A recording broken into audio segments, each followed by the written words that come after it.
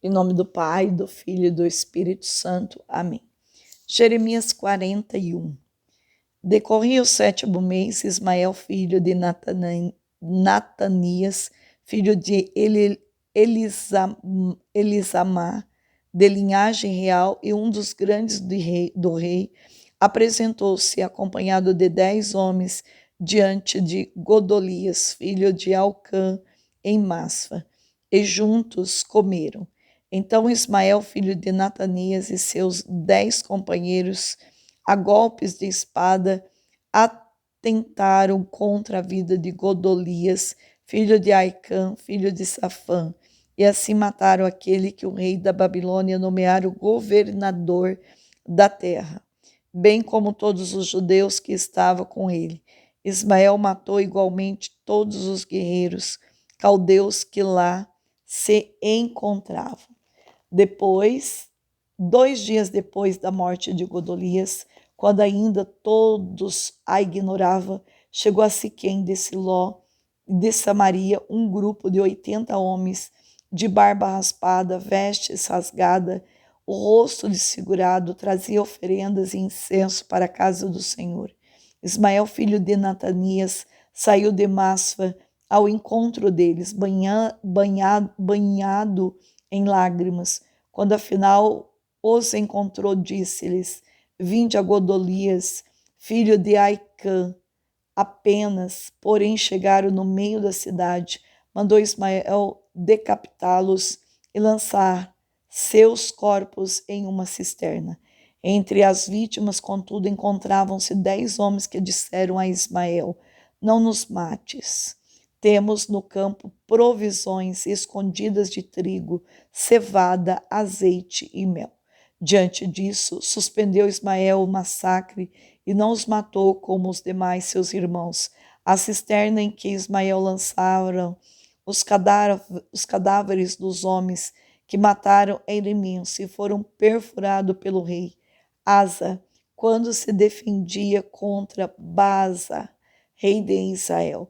Foi esta cisterna que Ismael encheu de cadáveres. Em seguida, aprisionou quantos ainda restavam em Masfa, as princesas reais e toda a população que lá ficara, entregue por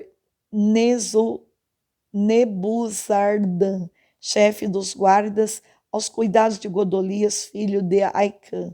Conduzindo seus cativos, pôs-se Ismael a caminho das terras dos filhos de Amon. Ante a notícia de todo o mal que cometera, Israel, filho de Natanias, Joanã, filho de Careia, e os oficiais da guerra que o acompanhavam, reuniram todos seus homens a fim de atacar Ismael, filho de Natanias. Alcançaram-no perto da piscina de Gabaon, quando todo o povo que estava com Ismael avistou Joanã, filho de Careia, e todos os oficiais de guerra que vinha com ele, encheu-se de alegria. E a multidão de Ismael trouxera a Masfa e abandonou-o. Foi unir-se a Joanã, filho de Careia. Entretanto, Ismael, filho de Natanias, conseguiu escapar de Joanã, com mais 8 homens fugindo para a terra dos filhos de Amon. Então Joanã, filho de Careia, e os oficiais que o acompanhavam puseram-se à testa da tropa de sobreviventes que Ismael, filho de Natanias, se apoderara em Masfa, após o assassinato de Godolias, filho de Aicom. Guerreiros, mulheres, crianças e eunucos, fê-los todos regressar de Gabaon. Puseram-se então a caminho, detendo em Canaã, nas proximidades de Belém, para de lá se retirarem para o Egito. Queria-se furtar-se aos caldeus, dos quais receavam represálias, dado que Ismael, filho de Natanias, assassinaria Godolias, filho de Aicã, nomeado para governar a terra pelo rei da Babilônia. Palavra do Senhor. Graças a Deus. Então, Jeremias capítulo 41. Bem, explicação de Jeremias capítulo 41. Os 80 homens das 3 cidades do reino do norte, Siló, Siquém e Samaria, que tinha ido adorar Jerusalém, foram mortos por Ismael, provavelmente pelo dinheiro e pela comida que levavam. Sem rei não havia lei nem lealdade para com Deus. Judá estava sujeita a uma completa anarquia. Joanã e seu grupo estavam indo em direção sul de Gibeão. Pretendiam chegar ao Egito, mas pararam primeiro em Jeruti-Quimã, nas proximidades de Belém, onde encontraram Jeremias e pedia que este rogasse a Deus por eles. 42, de 1 a 6. Mas eram hipócritas, como Jeremias mais tarde lhes diria, no 42, 20. Então, o que acontece aqui, nesta palavra, é o que acontece hoje também em muitos lugares. Quando não se tem, uma liderança, alguém que dê a ordem para organizar tudo, fica uma desordem. E aonde existe uma desordem, todo mundo se sente no direito de fazer o que pensa e o que quer. Por isso, Deus sendo Deus, que Ele escolhe o que? Pedro, Ele escolhe os discípulos.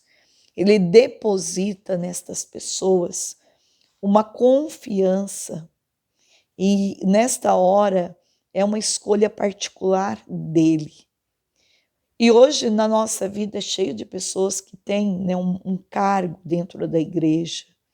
Muitas delas são santas. Elas têm a extensão do coração amoroso de Cristo. Elas dão a vida por nós, elas rezam, elas nos sustentam. São exemplos, são evangelho vivo, de fácil acesso de leitura. Mas tem muitas pessoas que, infelizmente, usam desta graça que Deus lhe deu para ser uma pessoa autoritária, para mandar, para mostrar poder, arrogância, orgulho.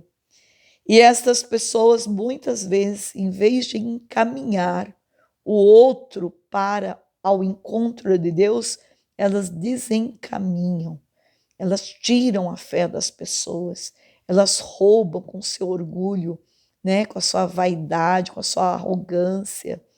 Ela se sente dona dessa terra que é o coração do outro.